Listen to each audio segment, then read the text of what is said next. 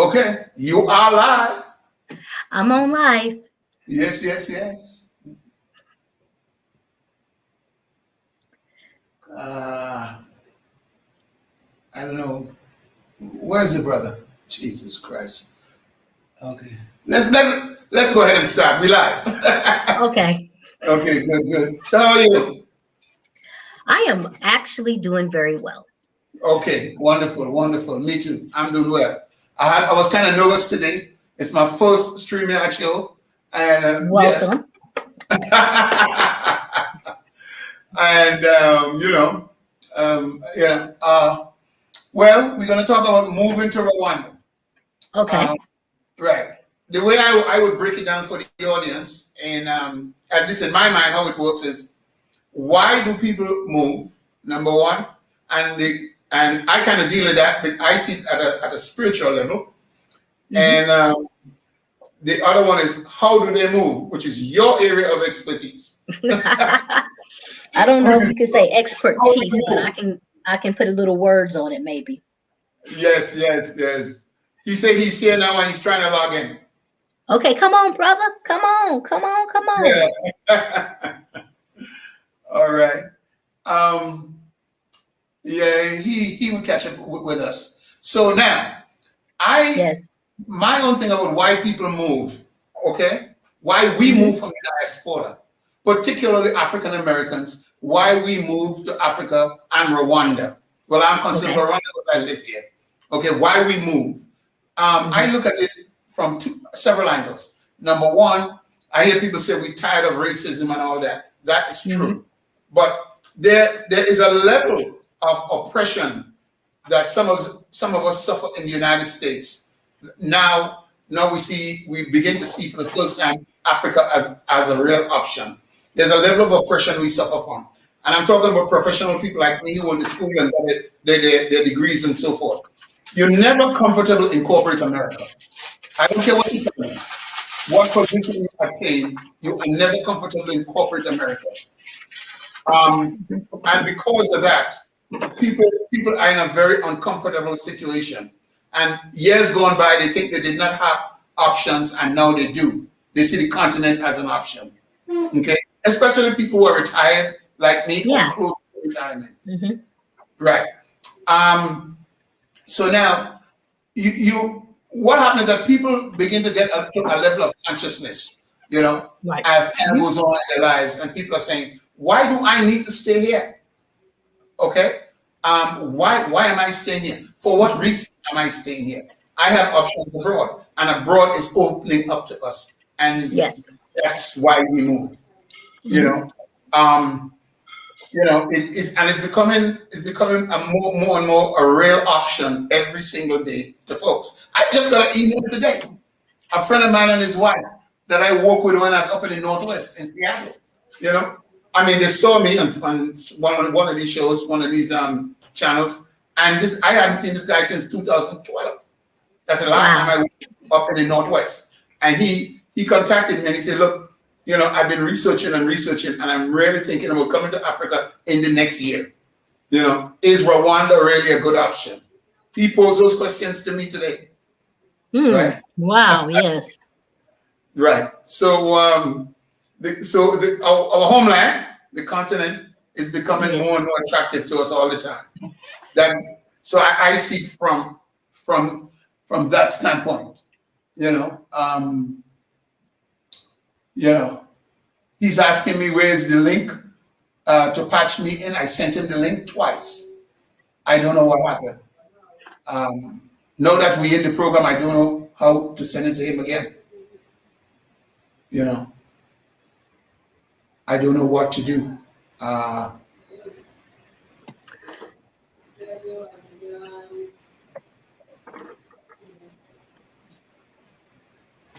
Is he watching us live on your channel? Because I just posted the link. No, that's a private check, so never mind. I can't do that. You can though. okay. Okay, a Oh, friend here of it mine, is. I got yeah, it. or a friend of mine said put the link in the chat. Yes, but you can. I can't do that. So please put it in the chat. Okay, all right. hmm Therefore, we can do all of this. Let's come in together. Got all these brothers around me. Come on, That's brother. right. I want to hear from the brothers. Okay.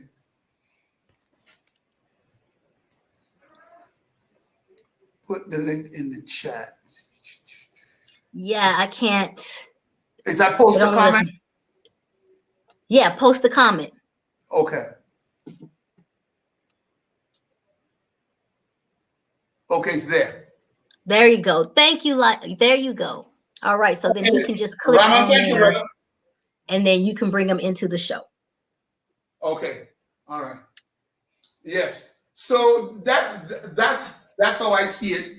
And I want to engage in that discussion with folks back home, and that's where you come in. Tell them how to come here, what to do here, the discipline they should have, what to look forward to. I mean, you just put a whole lot on my plate. I did, because you were fantastic. You are the great Jake. Well, no, let me put it this way. First and foremost, that's not my area of expertise. What I am trying to do is build a community where, if you have questions, there is a support system in place, as well as a family already on board to help you out. The concept of you need to come or you must do this, that's all inside of you. That's each person. They get the call when they get the call, and you just have to learn how to answer and go forth. I do think that there's ways to be strategic. There's ways to be smart about something. It's kind of like learning to swim for the first time. If you're just going to go jump in an ocean, baby, you're not going to swim too far. You're going to sink because you just didn't do it in the right time or style. So when it comes to people asking questions about how to or why to, Mr. Jamal, you get to figure out or whatever. So when you say my area of expertise is telling my story, telling a journey, and letting people know that that same journey is possible if you just learn to listen to yourself. Okay. But if we start to deal with the fact of those of us who've been living in America, were born and living in America for such a long, long time, we have paid all kinds of dues. We've been through all kinds of trials and tribulations. We have achieved some modicum of success. Isn't there an aspect to this where there's something in our DNA, maybe in epigenetics, where it says our homeland is calling us, the ancestors are calling? Is there a consciousness that is arising in us right now?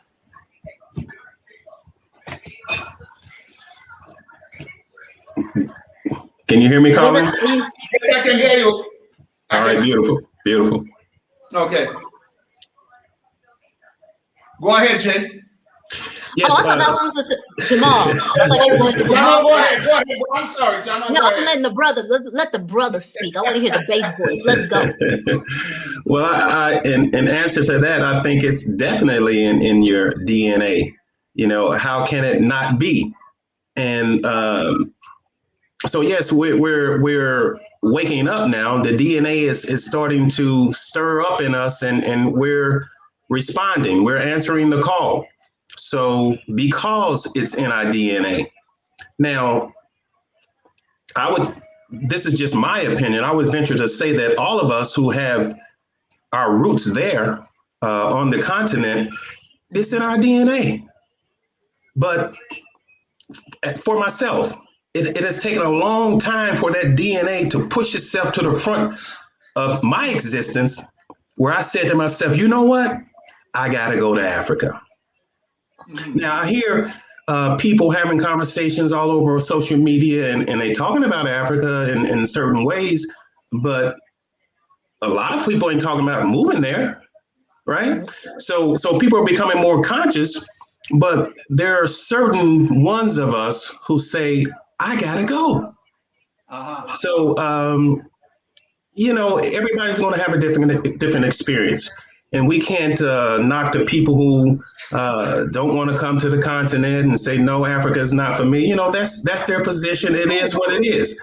But you, the sister here, and myself and others, we've answered the call and say, hey, this is it for me. And so definitely in the DNA. So can I jump in on this one? Because I do agree with you, Jamal, but I do think that there's been a bit of separatism in the way that we've been learned and taught. And I think we now have to fight also that piece of the nature versus nurture battle, because you can't turn around and look and say all of us have heard that call. Candace Owens. There are some people who have ignored the identity of self. And so I think that there is a question of, have you been nurtured? I've grown up in a pro-Black, pro-self, find yourself HBCU environment. I was constantly around the idea of my ancestors talking, or who the greats were, or reading those things. We do have a group of people who are melanated who don't know that. And so I agree with you on the DNA. And like you said, your DNA started coming out and saying, no, there's more. I need to find. I've heard these things. People have told me. I feel it in my soul. But I do think that when you say it's just in our DNA, we have to recognize that we sometimes in different degrees of who we are at times. You're exactly right. You're exactly right. That's beautiful how you put that in terms of being in different degrees of who we are, right? And so and that's to my point when I say it's in the DNA. So guess what? It's in Candace Owens' DNA. It may take another 200 damn years for her to wake up. You see what I'm saying? But it's there. That's my only point. It's there. It is, right there. There it is.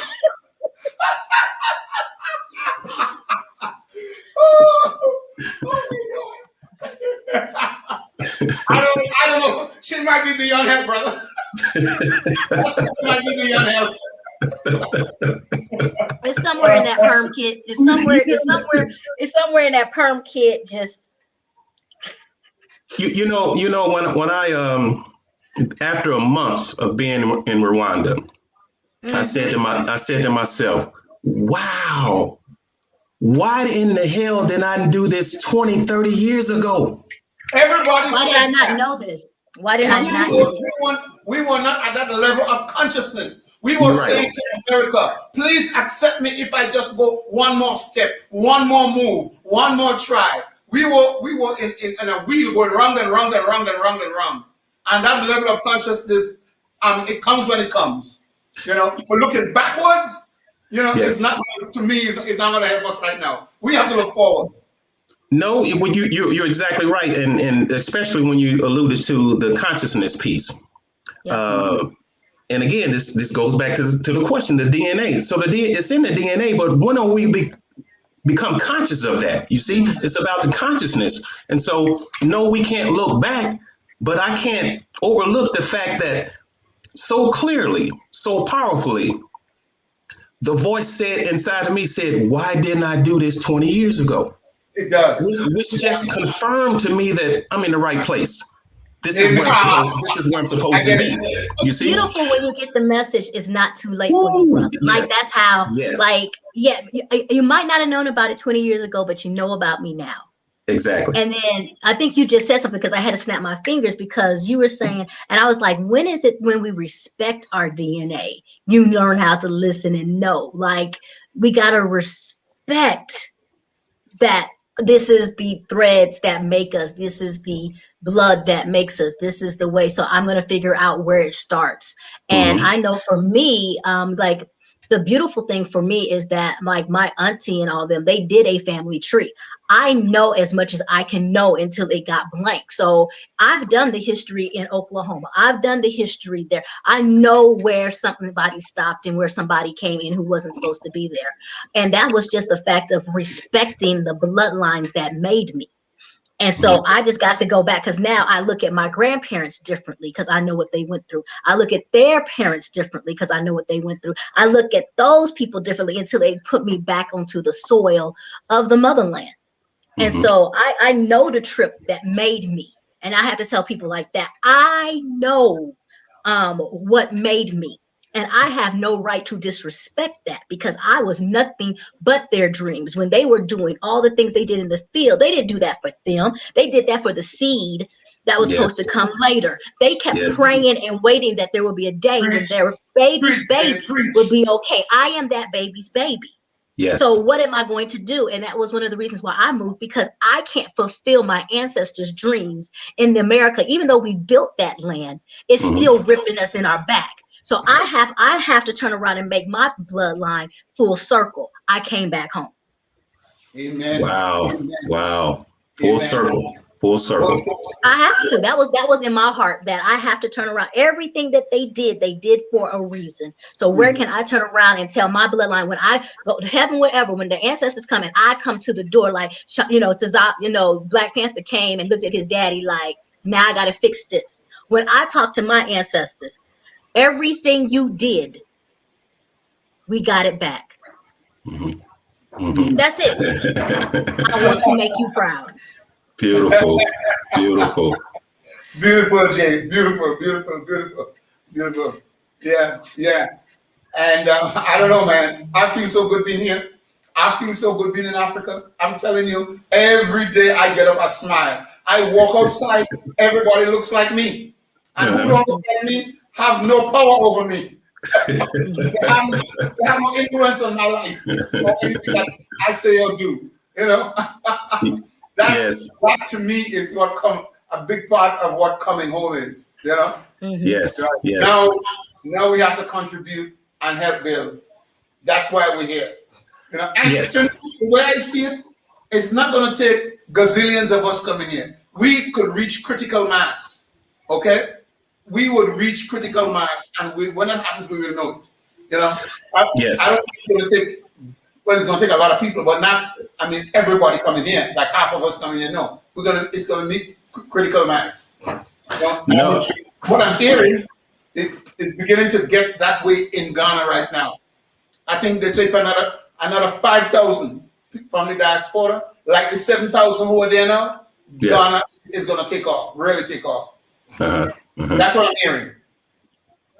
Yes, it never takes a whole lot to get things going and to sustain itself. It just takes the right people who have the right commitment, who have the right vision, and then and the right energy, and then it happens. So they say, according to a certain people's census, that is 44 million of us or so in the U.S. I happen to personally think that number is higher, but let's just say we're 44 million. Now, there's no way 44 million of us are coming back home.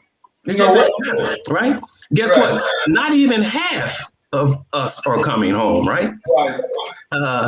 And so if we just say, let's just say 10 million over the next 20 years or so, and then 10 million dispersed throughout 54 different countries, right? And so even, I was having this conversation with a sister the other day. She was saying that we need to hurry up and come, because now celebrities are starting to come.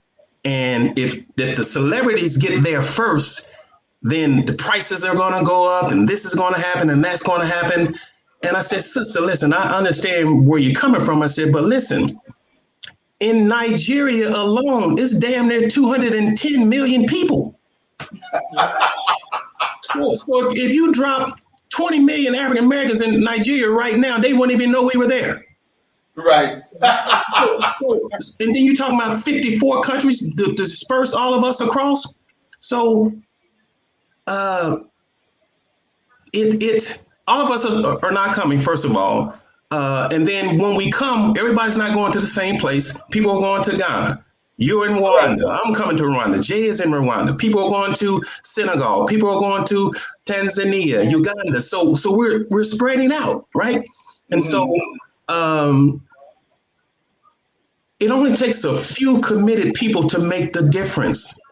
And just by having shows like this, where we have some exposure, if only 10 people come on this particular broadcast, and one person gets sparked to do something and come to the continent, right?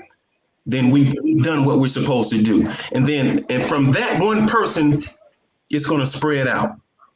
And so we can't worry about who the hell's going to come. We just need to do what we're going to do, right?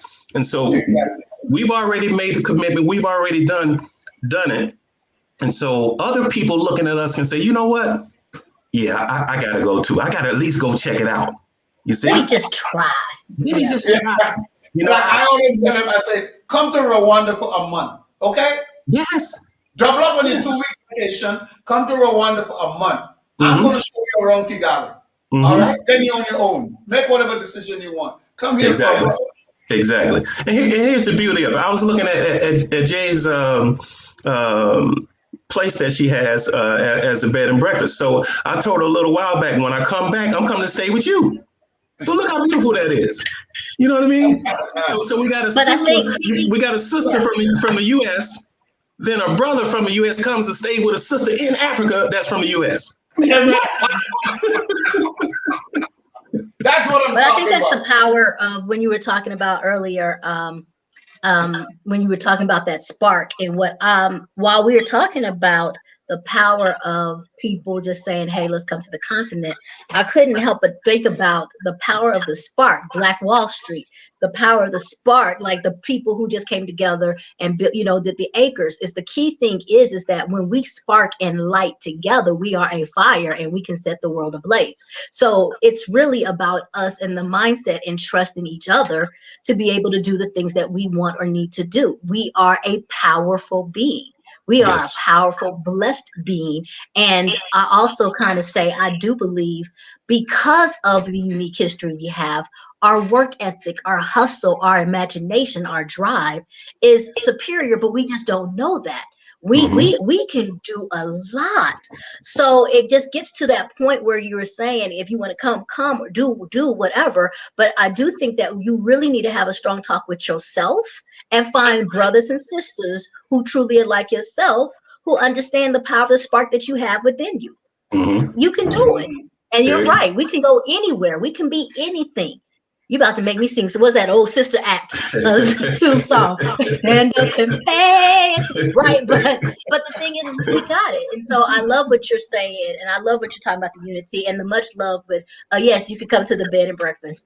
But all of that piece is what you have said is, and this is our first time talking, but you said there's a sister doing something. I'm a man who does something. Let me make sure I connect to that sister, let her know she's not alone and I got her back. That's all that is. Right. Yes. And that's stronger than anything else. Jay, I'm sorry. Give the name of your bread and breakfast. Use the show to give the name of your of your bed and breakfast. Go See, ahead. now you're going to have it, because I can't pronounce my own bed and breakfast name. I'm working on the language, yo. I'm working on the language. No, it's a space at Airbnb. It's Finacra Haven. But, I have my hands in a couple of little things. So we'll get time to talk about all of that. But I think that at this point in time, yeah, if you want to do the bed and breakfast, do that. I think the biggest thing, especially if you want to look at me, is just being honest, is just showing the love. Because one thing I felt like when I had to kind of walk away from America is that it was getting harder and harder to love each other. Like we wanted to turn around and just come first with what you like. It was just tearing down. It was too much. It was too stressful. And walking over here, I was like, man, there's love. There's love around here. There's a laughter. There's that old school head nod. You know how you used to walk and get the head nod, and so I'm for the love, and I'm kind of like I let love lead at this point. I let decisions be made. That's why I'm right here now with you on this live as my bedtime. Because at the end of the day, it was like, nope, he's trying to do something positive. He asked me part of it. All right, let me go. I'm here. Mm-hmm. Beautiful. Beautiful. Yes. It's I would encourage a lot of people to get their African ancestry done. There was a urging in me to get it done, just to know, just to see. And so I dealt with that for 5, 6, 7 months before I actually pulled the trigger, right? And once I ordered the package, it was a beautiful thing, just waiting for it to come back, right? And so I actually did a video of me showing those particular results. So I did my maternal, So Yes. on my grandmother's side, she hails from the western part of Africa, Guinea-Bissau. So Mm. I share maternal ancestry with the Fula people of Guinea-Bissau. Mm. Also, the Timne and Mende people of Sierra Leone, and also the Kru people of Liberia. Right. So all right there on the western coast of Africa. Right. And so I had to get some clarification. I said, now, how can, we be in I had to share maternal ancestry DNA in all those three regions. Well, it's just like your mom's born in South Carolina, but, the uncle moves to Detroit and an aunt moves to New York. They all from the same family, but they in those different places, right? And so that's how they work. But once I found those results, the next thing was I got to go to Africa, period, end of story. So as you said earlier, Jay, it brings it full circle. So once I hit Rwanda, I said, wow, even though my grandmother and her roots are from Western Africa, I'm in East Africa, but at least I'm on the continent. I have come back. Her DNA is now back on the continent of Africa. Kissing home. In her grandson. Yep. Right? Full circle. You see, so this is a beautiful thing. So I know my grandmother is smiling like, that's my baby. He's right. And so now we make this connection to where it all began. Mm-hmm. Listen, people don't understand if they haven't done it. They'll never, we can't explain it to them in words, what it feels like. Right. You see? So I'm saying to the listening audience, you got to go, you got to see it for yourself, you got to experience it for yourself. And I'm telling you, it's a wonderful thing. And it's like unlike anything you've ever done or ever felt. That's just my experience. Mm-hmm. Amen, brother. Amen. I haven't done the DNA thing, but I really don't know why I haven't done it. I just haven't done it. But Africa have always been in my heart. As a child, growing up in Tobago with my grandmother, and the poorest people used to beat the African drums down in the village. And we were like about, I guess, quarter mile, half a mile from the village. And I would run up the house at night and run to the drums. And my grandmother was a staunch Christian lady, Bible toting lady. She beat the hell out of me. Don't you go listen to those drums, da da da. But next Saturday night, boom. I come back, I took my weapon. But the drums of Africa have always called my heart. I can't tell you why, but I know it's in me. It's the ancestral calling me. It's the ancestral call. When I was in with Tanzania on vacation in 2019, I'm retired. And when I went back home, my marriage blew up. And look, I didn't want to go to another state in America. I didn't want to go to Brazil, where I'm familiar with. I didn't want to go to Trinidad and Tobago, was born and raised. There's only one place I wanted to go. Africa. I wanted to come to Africa. A lot of people don't understand that. A lot of people didn't even know about Rwanda. They didn't know anything about Rwanda. I said, this is my research, guys, and I'm gone. Goodbye. Some people, when I was waiting for the bus to take me to the airport, that's when I texted them and told them I'm on my way. By the time when I got to Turkey and I opened up my phone, I got all kinds of messages telling me I'm an idiot, I'm stupid. They're gonna slice me up. The next person is coming in 5 years. I don't know, man. I don't know. Ignorance. Yeah. Yes. We are. They can consider us to be pioneers then. For the people, yes, for the people coming behind us. There'll be people coming behind us that we can connect with. In some way, we will inspire people to just come. And Jay said something very powerful earlier in terms of hey, and I'm paraphrasing here. Look, I'm not here to convince people like this is what you got to do. I'm just here to connect with people who are like-minded. Mm-hmm. And hopefully from that particular movement, we can inspire some people to, to make the move, to at least visit. I was on a thread with, on a Facebook page where a brother was saying, why do African women either marry African men or white men? This was the question, right? And of course, that thread got a lot of action, right?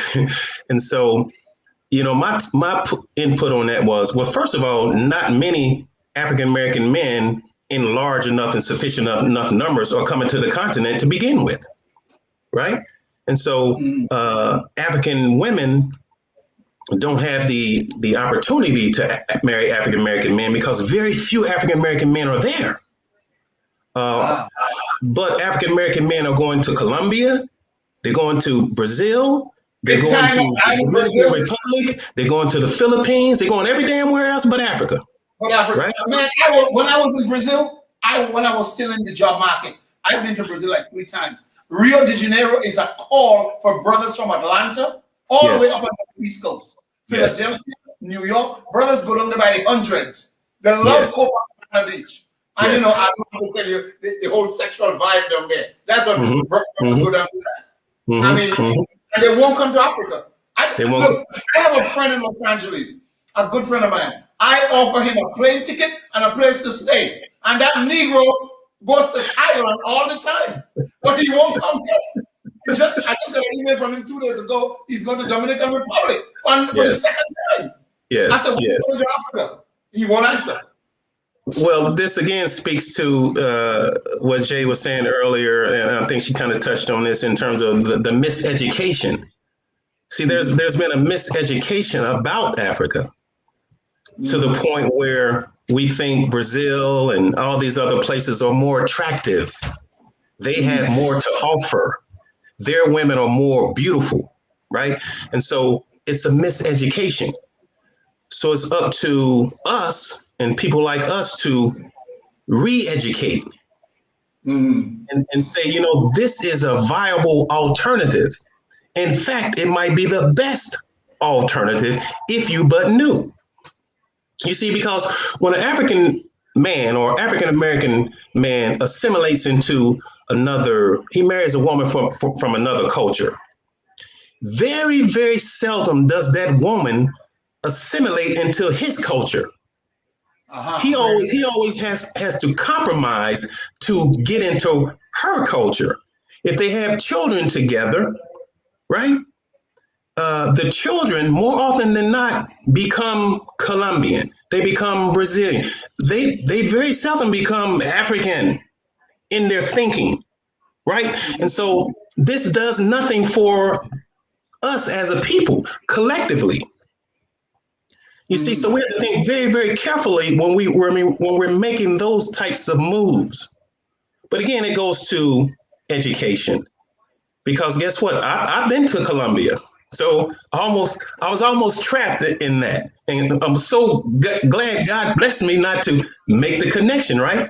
But Africa's in my heart, Africa's in my spirit, Africa's in my language. I spent 90 days in Rwanda, left in February. I'm going back. I already got the flight booked. I'll be back in August, looking for a place to buy. Already have a couple of businesses that I'm interested in, and one that I'm already invested in. So it's the future for me. And hopefully I can inspire some members of my family to come along. I already have an aunt. She wants to come with me in August. So the movement is on. And I think that it's a beautiful thing. It really is a beautiful thing. Jay, jump in, you've been quiet. Jay, you've been quiet. Oh, I was letting the brothers speak about brothers, because I didn't want to come in and open up my mouth and they, I was gonna let the brothers speak about brothers. But I will say, because I am that fire pistol, that I do feel like sometimes brothers want to go to Colombia or different places because they want to explore. You soil their royal oats, and just the sister in me is not going to advocate for you to come to Africa so you can just go around and play with people's emotions and feelings. So I don't want a weak-minded brother over here breaking strong-minded women because he hasn't found himself yet. So I'm not ready to speak on where you should play. I am ready to talk to people who are ready to stand up in their kingdom. I like talking to kings. Okay, so let me just touch on that. She's absolutely correct, because the movement to these other places is all about play. Brothers just having fun and sowing their oats. They ain't trying to do nothing serious. It's a vacation. It's a great time. And there's something in them that knows I can't do this in Africa. When I go to Africa, I got to be on point. So some of them are not ready to be on point. So they don't come there with that BS. And you don't have to worry about it, Jay, because most of them ain't coming there with no BS to begin with. Because there's something in there that already know, like, it ain't going down like that here. Or they can't afford the tickets, though. There you go. Sorry. Look, no. I see the brothers who come down to Rio de Janeiro. Those brothers were going through $20 bills, $100 bills like you wouldn't believe. Do you hear me? Those brothers are having parties and picnics and taking private because the illusion is a beautiful thing to play in. I can't remember the Greek mythology. Dag. But like when they were like, it was like Ambrosia or something, they were stuck in the promised land and they wanted to stay there, and you just keep your high and you do something well. Everybody is chasing after an element of power and prestige, wherever you find it. And when you go to places like that, when I lived in Dubai, where you can play and be somebody that's powerful. And yes, you can turn around and take your $20 bill that's only going to get you like a 12 piece of bucket of chicken, but it turns around and buys somebody a whole land. So you can go and take your $20 bill and be that baller shot caller that you dreamed about when you used to watch Ice Cube on Being a Good Day. And you can turn around and have somebody tell you, oh my gosh, you are so fabulous, whatever, versus somebody be like, get your dirty drawers up and go to work. Like, it's a fantasy, it's a fairy tale. And so people turn around and pay for the fairy tale. And the problem is that people want to turn around and believe who they are in that fairy tale. And it don't work like that. Like, I'll sit there and give me, I got age on me, but I love listening to some Cash Money, 2000. If I'm in my fairy tale, I'm going to drop it like it's hot. But my reality is going to stop me midway because the back don't work like that no more. I got to recuperate. So people rather live in the fantasy of what they used to be or what they think they're supposed to be versus actually dealing with the reality of what they are. And I do feel like when you turn around and go on vacations where you might be in Rwanda or someplace, you get quiet time. You get time to find out who you really are. And either you like the person you are and you stand up and you stand in it and you shine in it, or you shrink because you really don't know. And you really don't want to confront yourself. So you better run off into that fantasy world. You're exactly correct. It's much easier to live in the fantasy than the reality. And to touch on your point as well, I get the sense and the experience, and it's my experience that when people come to Africa, it's usually because they already know who they are, and they want to connect and further live in that space, or they're coming because they want to find out who they are. Yep, I agree. See? So one or the two. So that in itself is not as attractive as all the other stuff and all the illusions and all the fantasies that's out there, right? And so that's why this movement is going to be in smaller numbers, and that's okay. It is what it is. Yeah. Because the fact that you even say that, I have not, even in visiting, I have never encountered a person who has touched soil on Africa that was not moved in some way, even if they didn't stay. Like there's stories, even like though so many times of the stories of people who went to Ghana and went to the slave castles and just they is touched. There's forever a piece in them that is absolutely touched or sparked or awakened. And so when you talk about that piece is just coming back, if you stay or you don't stay, there's a part of you that's awakened. There's a part of you that's going to see something you won't forget. You're going to hear something. You're going to chase them drums. But there's something that's going to just arouse in you that helps you discover more about who you are. And not everybody's ready for that. Exactly.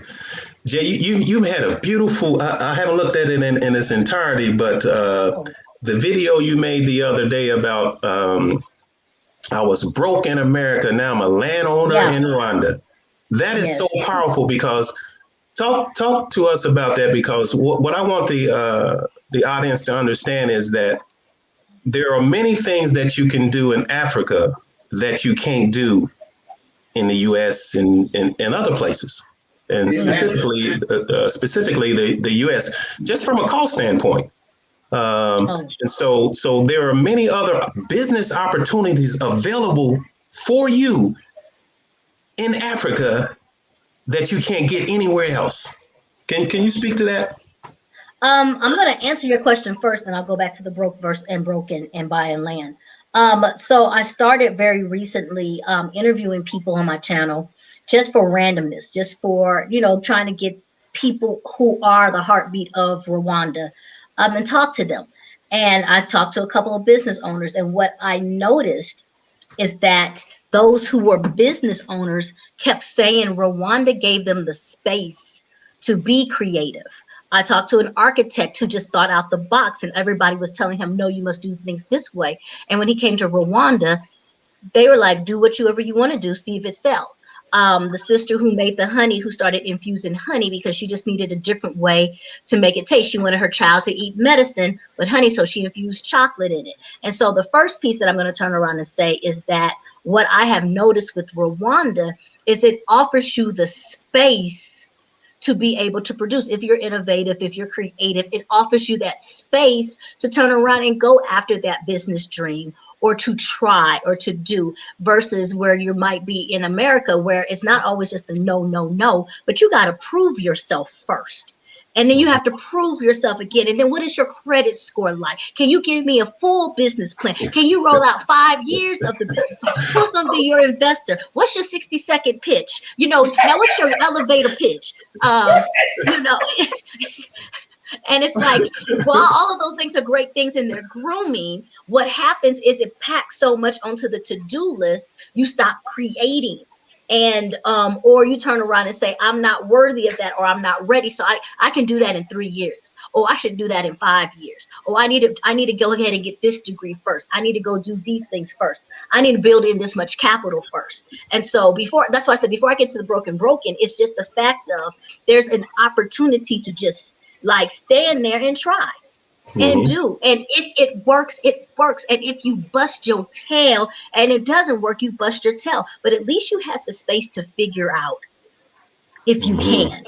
And you don't get space all the time. So when you talked about the fact of me saying I was broken and then I own land, there was a couple of quotes that she left out. I might have to let y'all know them. But I was telling people it was not just the broke as in the financial piece. I was broke. In my mind, I was broken. I was just I could not figure it out. Nothing was making sense to me in the States. Like, I was at a good check, I had a good job, I was with my degrees, and I still couldn't make it to 31 days. I can make 24 days to a paycheck. I couldn't make it to 31. Money's never enough in America. No. When I was in college in America. But the thing is that it's like, and that's the thing. I was not a shopaholic. I was not spending money on Jordans. I was not, all these stereotypical things, but it just still wasn't working. And there was always another bill, and it was always something else to do. I didn't drive a fancy car. And it was just like, So when you talk about the broken, it was like I felt like I was constantly asking permission to be great, and couldn't do it. And then to come out in Rwanda, and in 6 months, and I didn't pursue the land. I did not like. I didn't come down and say I am getting land. Now, and that's the funny thing, because your manifestation actually gets space here. Because I was like, I'm gonna buy a house, but then I got busy with other stuff, and then all of a sudden it's like, why buy when you need to build? And literally, here comes open this opportunity, and it's like, and the only question is, are you in or out? There was no other. Well, I need your credit check. I need this. I need this.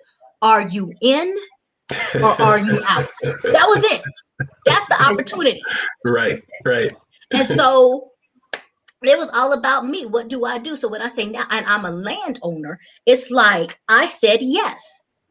I said I'm going to put something else on the title of my name. I'm going to do something. I'm going to build a farm. I'm going to do something. But I literally had the opportunity to say yes or no when those opportunities don't come. And so that's the miracle. That's the beauty piece of it. And when you turn around and say, was it affordable? It was. It was, but I also, and that's the good thing. I'll sit here and say, we're going to say something good about America. America gives you so much training on what you should be. Like the financial training, like, managing money, because you got to pay this bill to this bill, whatever. If I take the talents that they have trained me to be and put them someplace else, I soar. And that's what's happened out here. I've soared because I've been using all the talents that's been given to me, but now I'm using them in an environment that I love being in. So the way I manage money, the way I turn around and do things, the way that I pay attention to these businesses, I love it. Beautiful. I love it. So I'll take that 40 acres and a mule. I know that's right, girl. I know that's right. So folks, what she's saying is this: when you, especially in Rwanda, I can't speak to any of the other countries because I haven't been there, but especially in Rwanda, you go there as an artist and you have a blank canvas and you can paint any picture you want. Nobody's going to tell you what color it needs to be, how it needs to be shaped. You are the artist and you create whatever you want because the resources are there. And so the only reason why this opportunity presented itself to Jay was because she was there. She's there. I was not. I literally, this is the funny story now. I forgot about this. I only went with the group of friends because my mama is coming in the summer. And I was like, let me go get just a little piece of land to plant some lavender flowers on so she has something to do and stay out my hair. My whole goal was just to get a little bitty square and put some bees and some lavender just so my mama could have a hobby. That was the plan. And I came out with land at the end. I walked away with a ½ acre of land to farm and all this other stuff. But I think that's part of it. But I said yes. I absolutely said yes. Beautiful. So you got to be open, people. When you come to Africa, you have to be open. And here's why I say that. I came to Rwanda with the idea of looking into the coffee business. I love coffee, so I'm looking for an opportunity to get into the coffee business. And after several meetings with people who are already in the coffee business and people who know people in the coffee business and having direct meetings with people in the coffee business, I came away with the idea that, you know what, maybe the coffee business is not for me. But I ended up getting into organic chia seeds and organic honey. There you go. You go. So, because I was open to what else is there. Also, I am a partner. I partner with a fashion company. So now I have the opportunity. I love fashion. I've always been into fashion all my life. So now I have the opportunity to put a creative stamp on a fashion company in Rwanda. The name of the company is called Baho. We have beautiful designs. I love their stuff. Beautiful designs. That's my partner, Alex. Yes. Yes. You I see? didn't know that. I just saw their stuff and I'm like, who is this? Who is it? Because I love their stuff. Okay, go ahead. I'm sorry. Yes. But I do. I love it. I love it. So I never thought about a fashion company here in the States, because in my mindset it's like that's way out of your realm. It's too hard to get started. You need too much capital. You got to do this. You got to do that. And speaking to what you were saying earlier in terms of all these layers and all this stuff you got to do, right? And so I'm in Rwanda looking at the coffee business, and damn, I'm into the fashion business, right? And so because I was open to the opportunities. And I didn't just shut everything else out and say, "Hey, it's coffee or nothing else," right? And so be open. You did what I tell people all the time, and I tell them, I was like, you really will come here thinking you know what you want, and if you turn around and try to drive your own vision, you are going to get frustrated. You're going to bump into a wall. I said, but if you turn around and come in quiet and open and listen, and all of a sudden you're going to start meeting people and go in directions that actually align exactly where you are. I don't know how to explain it. And I've watched people struggle, and I've watched people and it's what you said, like people don't understand. You can go with the flow, and you find yourself somewhere, and you know when to say yes or no. And I'm going to ask a question real quick, Jamal, because I have to ask my brothers this one when they come to visit. And I say, did you finally get your shoulders to fall? And they'd be like, what you mean like that? And I said, I have to touch you right here. And they'd be like, oh, they down because we here. And I'd be like, after about a week to two, them shoulders start coming down. And you what? You get a little relaxed right there. Like, yes. Did your shoulders come down, Jamal? You started walking with a slide. You had that smooth walk. You was ready. Almost immediately. It was, Rhonda is such the feeling in the air, the energy in the air is peaceful. It is. So I met this particular sister, and I ended up walking her home one night. And she lives in a village.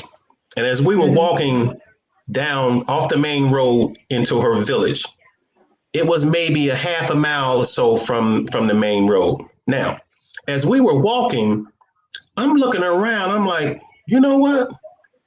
If I was in the States, I would never come down a road like this. I just wouldn't. My instincts would say, no, don't go, right? Nah, play. Nah. So I felt a little comfort because I was with her, and this is her hood, right? But when she got to where she was staying, and I had to come back by myself, right? And I'm looking around, I'm like, oh shit, right? And it's dark. It's a different type of dark. It's a different type of dark out here. It's a different type of dark. It's dark. I don't know nobody. Nobody knows me, and they know I ain't from there, right? Boy, if I'd have been in Chicago or LA or even in Cincinnati, it would have been trouble, right? But there was a certain peace and a certain calm that said, it's all right, right? It's cool. It's cool, right? And now, folks, one thing about me. So it was yes, the shoulders came down, and I knew, guess what? I'm at home. Yeah. Plus in Rwanda, I'm 6'4", about 210. In Rwanda very slight people. They're not really big people, so they looking at me like I'm a giant anyway. So wasn't nobody gonna do too much of anything. But there was peace. There was peace in the air, and and so I could walk with confidence. And from that moment on, everywhere else I went in Rwanda, it was just like, hey, home. This is my spot, right? Hey, how y'all doing? So the shoulders came down immediately almost, and they stayed down. So it's a beautiful thing when you have that level of peace and confidence and the freedom to move wherever you want to move, however you, in short, you can just be you. Yeah. You can be you. Hey man, I was driving. I went up to Mosanze last week, and you know this, Jamal, because I communicated with you while I was up there. Mhm. I drove to Gisenyi. All right. I mean, it's such a peaceful drive. Yes. I did. I did a screen ad on there, but I didn't have any audience or anything. It's just like, just talking, and I taped it. Then I coming back from Mosanze to Kigali. I drove through the rain. It was so nice driving through the rain in the mountains, man. Yes. In the mountains, coming down into Kigali. Everything was. I got a quick question. Right. You drove? Yeah. You drove. Yes, that ma'am. was a peaceful drive for you. Yes, ma'am. You got some because that was stressful. No. And let me say this: the drive is beautiful. But if you the driver, you got to be on alert at all times. Well, so that's how I know you talented. You talented. No. Once you get out of Rwanda and those what we call city limits, and you start driving out that way, it's the traffic is not nearly as bad. It's not nearly as bad. Listen, we're gonna have to go into the male-female fight because you just entered with your hand like this is what a street's supposed to look like. This is not what a street's supposed to look like. You were just like, this is not what a street's supposed to look like. The street ain't supposed to have 27 curves in 1 mile. That's why y'all sit there to have a good time rolling back and forth. Right. Well, I guess you make a point there. I love the driver, man. When I drove, and this is funny, when I drove, I was full old school mama. Y'all stop playing in the back and concentrate. Turn the music down. Don't nobody say nothing. I'm in this mode. But if we do something, I gotta hit the arm. I'm doing the arm right here. But y'all pure man mode. I got this. Don't ask no questions. Don't pull out the map. We just go. Which direction we go? We're going east, west, right. up, south, up and down. Let's roll. It's a beautiful thing. Beautiful thing. Yeah, man. I want to raise this point. I noticed some people back home ask me the same questions. They've been doing this now. I did a video on it. They asked me the same questions about Rwanda over and over and over and over again. Then I came to the conclusion that, what they were asking me, they wanted certain questions answered, but they were not asking what I needed to ask. They weren't asking the internal questions. They kept asking about the cost of living, an apartment, a house, land, all sorts of things, right? But they're not asking, but you keep giving them this information, but you keep asking over and over and over again. It's like they're not satisfied with something deep within. They're not hearing it. They're not feeling it. And I don't know. So I just thought that was a matter of consciousness, and they need to get in touch with themselves. So I would say, without me knowing, I think they're waiting for the lie. For the lie? Because that's what happens when you question somebody. Oh, you're waiting for the change, so you can be like, "See, I told you it wasn't all that," And so I think if you do it, and I had to tell people for a while, I didn't post my life on Facebook for a while in Rwanda, and there was no shame to it.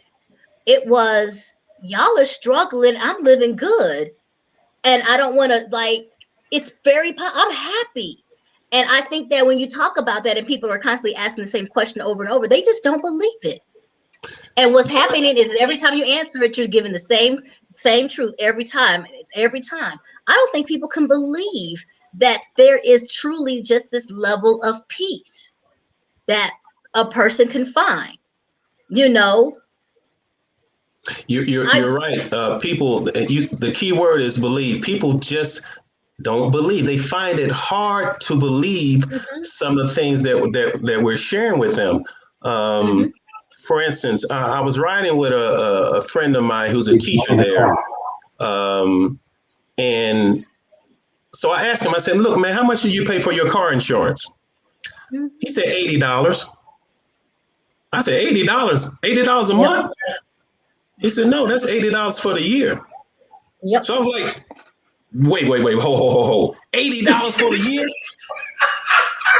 And he's like, yeah. So it's that kind of thing where it's hard for an American to believe that, because I said, look, we can't even fathom that. You can't even fathom that. I said, shit, I paid $130 a month, and you paying $80 a year? And so I used to pay $200 a month. So it's hard for people to understand the reality of what's going on with Rwanda and other African countries in terms of a cost standpoint. So this is a part that we really have to educate them on in terms of the finances there. So $80 a year for car insurance, right? And then my other friend, Alex, who I'm partnered with Bajo, he says, even if you get the best insurance there, full coverage, everything, at max, you're going to pay $130 a year. Max, right? And that's what I'm paying for the month. So when we look at costs for rent and things of that nature, now I've seen beautiful properties there renting for $3,000 per month in Kibagabaga, off the charts, almost to the point where I'm saying, well, damn, it's really kind of worth $3,000 too, right? It's that beautiful, right? And then you can go right down the street, around the corner, and there's a place renting for $200 a month. And so you have everything in between. So I've seen, and everybody has their own lifestyle in terms of how they want to live. And I'm simply saying to anybody that's listening out there, no matter how you want to live, you can live that way in Rwanda,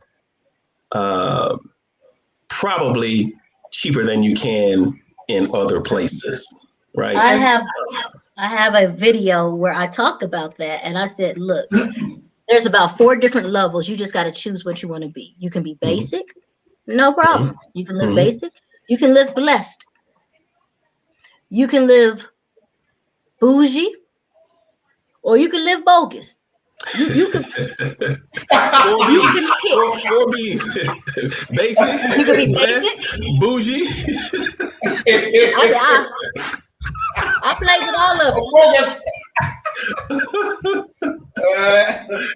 But you're right, because it's a well scale. You just can't come in and say, no, some people want to be, I just want to be with the people. Go ahead. You basic, be with the people. Some people are like, I worked hard all my life. I'm here now. Go be bogus. That's right. Go be nobody's gonna stop you. That's right. But you can pick. You can pick. There's something for everybody. There's something for everybody. And a toilet is there. Exactly. So that part is real easy to find your way in Rwanda from a standpoint of housing, because everything that you could ever want is there. And let me say, when you look at people in New York spending $2,000 a month for 20, a bathroom, right? Share with the roommate. Yes, that's your portion, 2,000, right? So I spent $2,000 to smell you. No. Okay. So I say too, this is how I sum it up. I say too, and here's another thing I want to address too. And Colin, you might want to speak to this. As a retired person, as a retired American, if you've got $1,500, $2,000 a month coming in from retirement, you can come and live in Rwanda very, very well. Yeah. That's right. Very well. And so there's a market of people out there, mainly younger people, who are saying, come to Africa, come to and invest. You got to do this. You got to build business. You got to do this, and all this building and growth. Then there's a segment of people who they ain't into all that. I done worked all my life. I got some money coming in. I ain't trying to build shit. I'm just I want to chill. I want to relax. And they just want, just live. And so we have to help those people be able to navigate, the retirees, to say, you know what, you can come here with your retirement income, and this is what you can do. You can just chill. You can just sit out on your damn balcony and watch the beautiful scenery in Rwanda, and you ain't got to do nothing. And in fact, if you like, you can have a maid who cooks for you. You can have somebody who drives for you. You can afford to do that in Rwanda. You can have somebody who drives to just go get stuff for you. And the fact of the matter is, I do that all the time. It is empowering them, because now you can afford to pay them more than some other person in Rwanda is paying them. For instance, I had a security guard in the apartment I was staying in. This brother makes $50 US per month. Now, I'm not knocking that, I'm not coming down, but that's his reality, right? So as an American, I can come in and I can hire this brother myself and give him $150 a month. Now I just elevated his life. It's your choice. You see, that's right. That's my particular choice, right? But you have the ability to do that here. Now, here in America, shit, I got to clean my own damn house. You know what I'm saying? I got to go get my own stuff, right? I got to wash my own. I got to do all of that. I can't afford no maid and no driver here in America, but I can go to Rwanda, even on a retirement income, and I can hire a maid. Amen. You see? So I'm just saying, people who are listening, that you can do so much more with your income. Your lifestyle can be totally different in this particular space. I love Jay, the way she used that particular word, in this space. The space in Rwanda. Oh my God. You got to come see it, folks, for yourself. There's another thing about Rwanda. Rwanda is a small landlocked country surrounded by 6-7 countries. You have the ability to travel. 2 hours, I'm in Tanzania. Yes. 2.5 hours, I'm in DRC. I could fly for an hour. Oh, where am I next now? Zimbabwe or someplace. I don't know, Kenya or someplace. Right? Yep. So if you have a little bit of money, you could see another 5 or 6 countries in Africa. Okay? Just like that. Just like that. Just like that. Burundi, Tanzania, Congo, Uganda, Kenya, you know, they're right there. You're right there. They're right there. Yeah. Yeah. So, you know, boy, I don't know. I hope tonight we've conquered some fear in some people's minds, because a lot of people are just emailing me privately and saying, I'm listening on YouTube. I'm listening on YouTube. Man, I appreciate you. You inviting me out to the show and giving me the opportunity to share. And so it's beautiful connecting with you too. And as I say, Jay, once I come back in August, we'll get together. Come on, brother. Come on, brother. Yes. So looking forward to you as well, Colin. So it's a beautiful thing. And, you know, people are Rwanda is probably maybe the least talked about of these countries when you're talking about going to Africa. You know, everybody's talking about Ghana, and they talking about the Gambia, and they talking about all these other places, right? And Rwanda doesn't get a lot of that energy, right? But people are coming there, man. I was walking up the street, just doing my daily walk, and a sister overheard me talking to another brother. And she said, "Excuse me, I don't mean to interrupt, but where are you from?" I said, I'm from Cincinnati, Ohio, U.S. She said, "Man, I'm from Philly," right? So imagine that. Now I'm walking up the street and I run into a sister from Philly. I mean, people are coming out. People are definitely coming out. So yes, we're coming. Hey, Jay, do you want to speak? You know more about this than I do. Do you want to speak to the fact that there are families who are moving here quietly that we don't know much about? American families. There's a lot of people moving. Yeah. So I'm gonna sit there.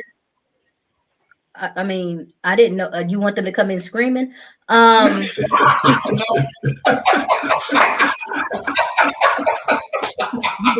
might have school loans. Sally Mae might try to be at the airport now. Come on now. Yeah. Yeah, so I will say, and that's one reason why, and we talked about that before. And if those people haven't noticed, my cousin connection, because there are just, I Oh yes, go promise there, you, go there. You haven't talked about that yet. Go okay. there. Um, well, and I'll talk about it say, but there are about, like, just from people who've reached out to me, I can say a family a week.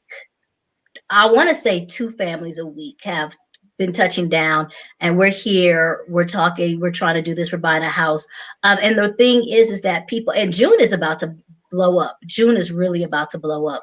And the concept is people are coming. I do think that just with the small talk and, Jamal, I think that different countries attract different people. And Rwanda really does attract a lot of retirees because people ain't got time to deal with no foolishness. And they just want to sit there, like you said, sit on their porch and watch the sunset and be happy. They did their thing. It also attracts to me families, people who are just tired of having to explain to their children why they're not enough, and decided to uproot and put the family into a place where they can grow together and be together. Rwanda is really good at that. I think when you look at some people, and I think you said you were Cincinnati, Ohio, and I'm really a kind of Oklahoma. I'm country. So I'm cool with small town. I'm cool with neighbors knowing my I name. can tell I don't that. have to party. Yeah, I don't have to party every night. You know what I'm saying? So, and Rwanda is that. Rwanda to me is like that old southern town or that little, space. Make sure you home before the street lights because they can call your mama quicker than you can run down that 2-block lane. Um, and that piece, what Colin was talking about is that I created and we funded, that's the tribe, we came together as a family and funded the My Cousin Connection, which is now a 3-part kind of series where one for people who are looking to come over. Now is this one-stop shop where you can find information, and it also connects you to people who are helping people relocate and different things like that. Like, we now are here to help support you in those questions. Getting links to like shows like this so you can watch and learn. The middle part is for the expats who are living there currently. Find your tribe, promote your business, ask your questions. Where can you find this? Where's some grits? The stuff that we have to be able to do. The third part, though, and we kind of talk about that, especially with the retirees, is that there's a lot of us that are moving out here and we're just making the move. And so the third part is that care unit where we know where you live. We know how to get in touch with your peoples back home. Your peoples back home knows how to get in touch with us if they haven't heard from you. And we know exactly how to find you. We get notifications every month just to say you're okay. We also know after we sit down and talk to you, your medications, your allergies, because if something happens and you're in the hospital, we can at least say, hey, he's allergic to this, or he doesn't believe in this. Like, we can at least speak on the behalf of your rights. We're going to sit down and go through things with you later about your legal stuff. Is your will taken care of? Who has it? Your power of attorney. If you do have your businesses, who's next? So therefore, if something does happen, you're in good hands, no matter what. And we're not in your business. We're just making sure your business is handled. And especially with our people who are the retirees, somebody to go to the hospital with you, because y'all want to act like y'all don't want to read that medicine bottle right, and you think you strong and everything, but somebody needs to know your prescriptions, those kind of things. And so we're just creating that care unit to make sure everything's okay. And I do think that's something that's really needed when we come out here, because you don't want to be so disjointed or so that nobody's just looking out for you. And that's a very important thing. And that's for me when I talk about how I was raised in that HBCU, and that, I talk about Black Wall Street. I grew up in a historically black town neighborhood. Everybody knew who was so and so and so and so. And so sometimes you just need somebody to check in on you, look out for you. And that's what we're creating. Wow. So Wow. That's powerful. So needed. And it seems like you've covered all the bases with that. So So the people that are listening, hey, you need to check Jay out with that particular Starts organization June. because Yeah. hey, it's Jay? wow. What else do you Launches in June. what else you want, right? Jay, you gonna launch it right here. Well, I mean, like technically, I can't say you gonna be with me, but I got my own show. Did you hear the sister? Did y'all hear the sister? Like calling you cool and all that, but I got my own show, right? So But and I would just say that. So Jamal, you ain't gonna be, because we're gonna have the cookout. So you there, because I got we're gonna have the cookout to really launch it and everything like that. So we got the old school mix coming in. We're gonna have somebody on the grill. We gonna do it. We're gonna have to fight over. I should do the best potato salad competition. I should do that. Yes, you should. Yes, you should. Mm-hmm. Look at all the brothers like, oh, okay, so what time is it? Hey, Lisa, are you listening? Are you on Ramon listening? We need you to cook, Lisa. Lisa, say yes right now in the chat that you're gonna cook. We should, yeah. I might have to be like, all right, I got a T-shirt for you, best auntie. It's my potato salad. Awesome. Cornbread, all of that. Yeah. Ramon just said we have to have cornbread. So yeah, but that's the whole purpose of the organization. Lisa said she's gonna cook. These are my friends, guys. These are my friends. Okay, I hear you, Lisa. Okay, Jack. Yeah, but we take it. But that's the whole purpose. I want to make sure that we okay. Beautiful. Right. Whew. Now, we have to get the word back home about your show, Jai, and my show. Okay, things like this. So we have to get a large American audience built up, and I'm not so sure how to go about that.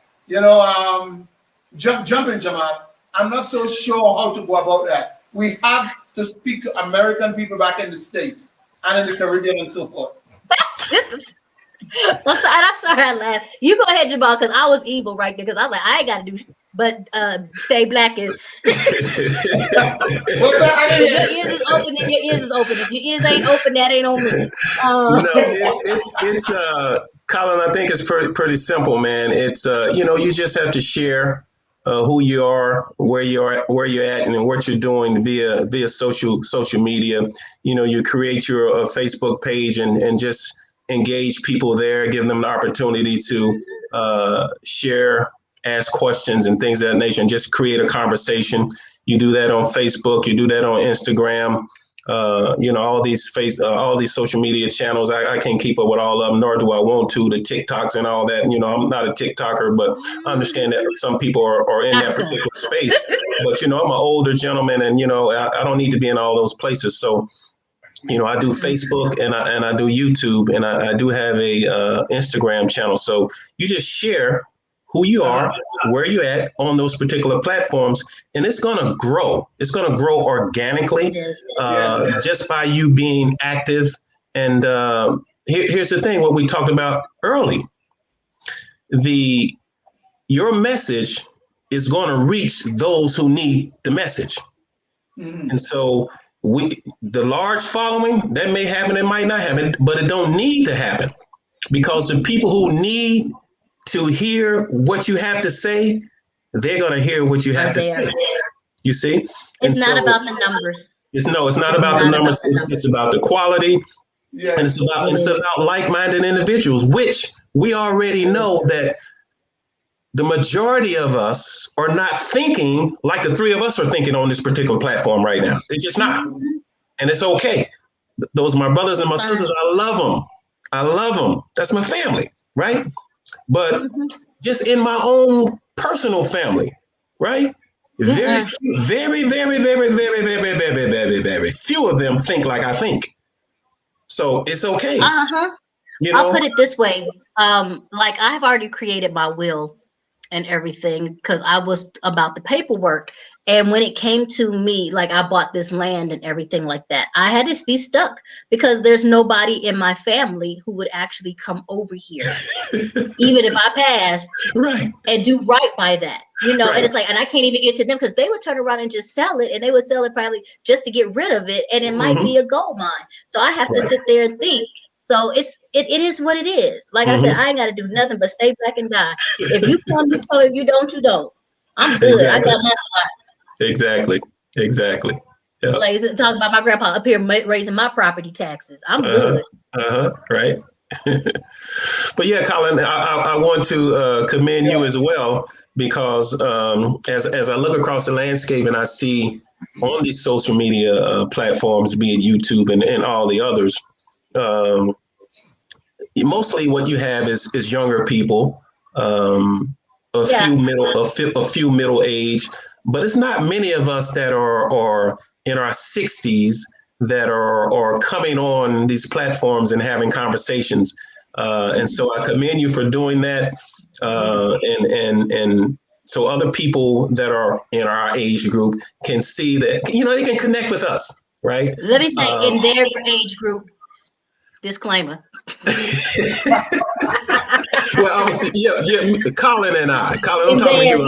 Yes, I am like, y'all go ahead. I want to talk to my buddy around the corner from me now. Hey, Jerry, say something, brother. Jerry and I, will you guys chime in the chat and say something? I'm talking to my American friends around the corner from where I live. Okay. I know they listen, but they haven't said nothing. Yeah. Jerry, I need you to say something. Just don't say Most High. That's a private joke. Jerry, just don't say Most High, okay? But say something. Yeah. So now, it's a beautiful thing, guys. I'm going to have to take off here, but just keep doing what you're doing, Colin. Keep doing what you're doing, and whatever space that you're operating in, just keep doing that, and your following will grow. People will gain some energy will grow from that. When I went to Rwanda, I started my YouTube channel just to be able to show my experience in Rwanda. And I'm not a social media guy. I'm pretty laid back and pretty quiet, and I don't like to be out in front. But I thought it was important for me to move out of that comfort zone and just share with the viewing audience my experience so they could see it, right? And so I did that, and it got to the point where it's kind of cool. I kind of like it now, right? But, I'm not one of those guys going to be doing a couple of videos a day and posting. I keep it going to be engaging and whatnot, but because I'm just, that's just me, and it's okay. I'd rather watch and listen versus being out in the forefront. But I do understand that it's important to be able to share your experience for the benefit of others. So it's not about me, right? It's about who I can impact, who I can touch, who I can encourage and empower to do something else with your life. Listen, even if you don't come to Africa, you've been living in Washington, D.C. all your damn life. Go to Dallas, Texas or something. Do something different, damn it. Do something. Just do something. Do something. You'll be back in August, right? I'll be back in August, and I'll be back there for another 90 days. And my situation is, I would love to just pack up and just move and be in Rwanda. But that's not my reality. I have an 87-year-old mother that I'm very close to, and I just can't leave her for 4, 5, 6, 7, 8 months at a time, a year or two at a time. That's my mom, right? And so, so my idea, and this is another thing. Everybody's situation is different, so you do what you got to do. My situation is I'm coming back and forth.